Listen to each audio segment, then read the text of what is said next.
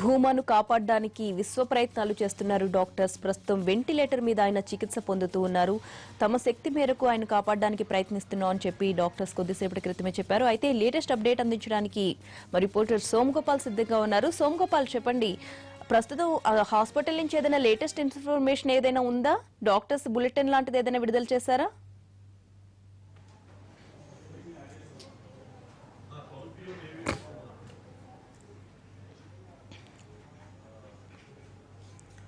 Nandyal MLA Bhuma Nagireddy ఆరోగ్యం అత్యంత విషమంగా ఉంది. వైద్యులు ఆయనకు చికిత్సను అందించేందుకు ప్రయత్నం చేస్తున్నారు. అయితే ఆయన చికిత్సకు సహకరించడం లేదని వైద్యులతో మనం మాట్లాడినప్పుడు తెలిసిందే. అలాగే కుటుంబ సభ్యులు, బంధువులంతా కూడా తీవ్ర ఆందోళనలో ఉన్నారు. ఎలాంటి వార్త వినాల్సి వస్తుందన్న టెన్షన్లో వాళ్ళంతా ఉన్నారు. కొద్దిసేపటి క్రితమే ముఖ్యమంత్రి చంద్రబాబు భూమా నాగిరెడ్డి కూతురు ఎమ్మెల్యే అఖిల ప్రియతో ఫోన్లో మాట్లాడారు. అలాగే బంధువులతో కూడా ఫోన్లో మాట్లాడారు. ధైర్యంగా ఉండాలని వాళ్ళకి చెప్పారు. అలాగే మెరుగైన వైద్యం కోసం అవసరమైన అన్ని ఏర్పాట్లు చేయాలని జిల్లా కలెక్టర్తోనూ అలాగే అధికారులతో మాట్లాడారు. అవసరమైతే హైదరాబాద్కు తరలించేందుకు కూడా ఎయిర్ అంబులెన్స్ను ఏర్పాటు చేయాలని వాళ్లకు ఆదేశించారు. నిన్న అంటే తెల్లవారుజామున తీవ్రమైన గుండెపోటు వచ్చింది. గతంలో కూడా 2 సార్లు ఆయనకు గుండెపోటు వచ్చింది. అలాగే ఒక బైపాస్ సర్జరీ కూడా అయింది.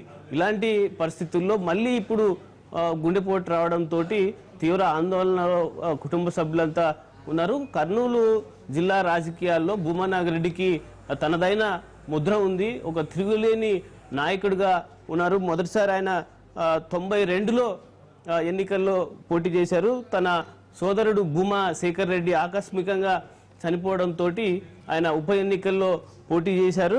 ఆ తర్వాత 96లో లోక్సభ నియోజకవర్గంలో ప్రధాని పోటీ చేయడంతో ప్రధాని పీవీపై పోటీకి ఆయన డిసైడ్ చేయడంతో అందరికీ రాష్ట్ర వ్యాప్తంగా ఒక గుర్తింపు ఉన్న నాయకుడిగా ఆయనకు పేరు వచ్చింది. అంటే వరుసగా ఆయన 3 సార్లు లోక్సభకు పోటీ చేసి గెలిచారు.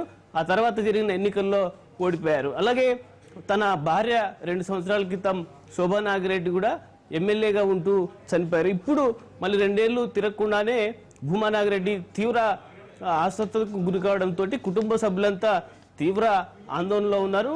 డాక్టర్లు అధికారికంగా ఒక ప్రకటన చేయాల్సి ఉంది. ఆయన ఆరోగ్యం ఎలా ఉందనే దానిపైన. అయితే సోమగోపాల్, ఆయనకి బైపాస్ సర్జరీ జరిగి కూడా పెద్దగా ఎక్కువ ఇయర్స్ ఏం అవ్వడం లేదు. ఒకసారి బైపాస్ సర్జరీ జరిగిన తరువాత ఒక 7-8 సంవత్సరాల వరకు కూడా ఎటువంటి డోకా ఉండదు అని డాక్టర్స్ చెబుతూ ఉంటారు కదా. కానీ ఇంత షార్ట్ పీరియడ్ లో మళ్ళీ ఆయనకి హార్ట్ అటాక్ వచ్చిందంటే ఆయనకి ఏదైనా తీవ్ర ఒత్తిళ్ల మధ్యలో ఆయన ఉన్నారనుకోవచ్చా? స్ట్రెస్ ఎక్కువై అలా ఏదైనా అనుకోవచ్చా? దాదాపు ఒక 20 సంవత్సరాల నుంచి గుండెకు సంబంధించిన వ్యాధి ఆయనకున్నట్లు డాక్టర్లు చెబుతున్నారు. దాని ప్రభావం వల్లే 2 సార్లు ఆయనకు స్వల్పంగా గుండెపోటు వచ్చింది. ఆ పరిణామంలోనే ఆయనకు బైపాస్ సర్జరీ అయింది. ప్రస్తుతం ఆయన వైఎస్ఆర్సీపీ తరఫున నంద్యాల ఎమ్మెల్యేగా గెలిచారు. ఈ మధ్య పార్టీ కూడా మారారు. త్వరలోనే ఆయనకు క్యాబినెట్లో స్థానం కూడా వస్తుందని అందరూ ఆయన అనుచరులు కూడా ఆశిస్తున్నారు. నిన్న రాత్రి కూడా సీఎం చంద్రబాబుతో సమావేశమై ఆ జిల్లాకు సంబంధించిన ఒక ఎమ్మెల్సీ ఎన్నిక విషయంలో పార్టీలో ఉన్న విభేదాలని పరిష్కరించేందుకు సీఎంతో సమావేశమై ఆ సమస్యను పరిష్కరించారు. ఆ తర్వాత మీడియాతో కూడా ఆయన మాట్లాడారు. మేము పార్టీలో ఒకరిగానే ఉంటాం, ఖచ్చితంగా ఎమ్మెల్సీ ఎన్నికను గెలిపించుకుంటాం, పార్టీలో చివరి వరకు ఇక ఈ పార్టీలోనే ఉంటానని ఆయన చెప్పారు. ఇలాంటి పరిస్థితుల్లో ఆయన ఇంటికి వచ్చిన తర్వాత ఆలగడ్డలో నైటు పడుకున్నాడు. ఆయన కొంత మానసిక ఆందోళన ఉన్నట్టు ఆయన కుటుంబ సభ్యులు చెప్తున్నారు. అలాగే గత క్రానిక్గా ఈ గుండెకు సంబంధించిన వ్యాధి ఉండడంతో మరొకసారి గుండెపోటు రావడంతో కుటుంబ సభ్యుల్లో తీవ్ర ఆందోళన ఉంది. అలాగే ఆయన్ను మెరుగైన వైద్యం కోసం నంద్యాలకు తరలించారు. అక్కడ ప్రస్తుతం డాక్టర్లు అంటే ఏమీ చెప్పలేని పరిస్థితి ఉంది. గతంలో ఇట్లా 2 సార్లు రావడం, బైపాస్ సర్జరీ కావడంతో ఆయన ఆరోగ్యం అత్యంత ఆందోళనకరంగా ఉన్నట్టు చెప్తున్నారు. అటు సీఎంఓ కూడా ఇప్పటికెప్పుడు సమాచారాన్ని తెలుసుకుంటున్నారు. అయితే సోమగోపాల్, కొన్ని రోజుల క్రితం కూడా ఆయన అల్సర్తో చాలా బాధపడ్డారు. దానికి సంబంధించి మైనర్ సర్జరీ లాంటిది కూడా ఆయనకి జరిగింది అని చెప్పారు. దానికి సంబంధించి ఏదైనా డీటెయిల్స్ ఉన్నాయా మీ దగ్గర? డాక్టర్లు ప్రస్తుతం ఆయనకు ఏ విధంగా చికిత్స అందించాలి అన్న దాని మీద ప్రధానంగా దృష్టి పెట్టారు. ఆయనకు సంబంధించిన వైద్యులతోటి మనం మాట్లాడే ప్రయత్నం చేశాం. ఆయనకు కొంత క్రానిక్గా ఈ గుండెకు సంబంధించిన జబ్బు ఉందని చెప్తున్నారు. ఆ క్రమంలో 2 సార్లు గుండెపోటు రావడం, ఆ తర్వాత బైపాస్ సర్జరీ జరగడం, ఇప్పుడు